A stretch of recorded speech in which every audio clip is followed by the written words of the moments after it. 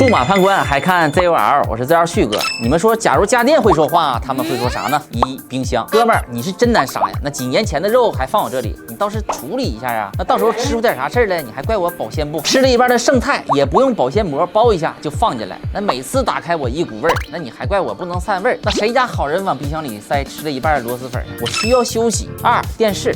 你和我好好说一下，买我是为了啥？你上次打开我还是大家一起包饺子的时候，那我就这么遭你嫌弃吗？要不我走行吗？楼下正好有回收旧电视的，你让我走，那这个家呢，我是一点地位都没有，真的不想待了。三、洗衣机，大哥，你到底把我当啥了？我是洗衣机呀，我不是洗鞋的，更不是洗菜的，三天两头的把臭鞋子你就扔进来了，那这也就算了。那小龙虾你用刷子刷刷就行呗，也非要扔进来，那直到我发臭了，你才知道咋回事儿啊？这玩意儿不能洗。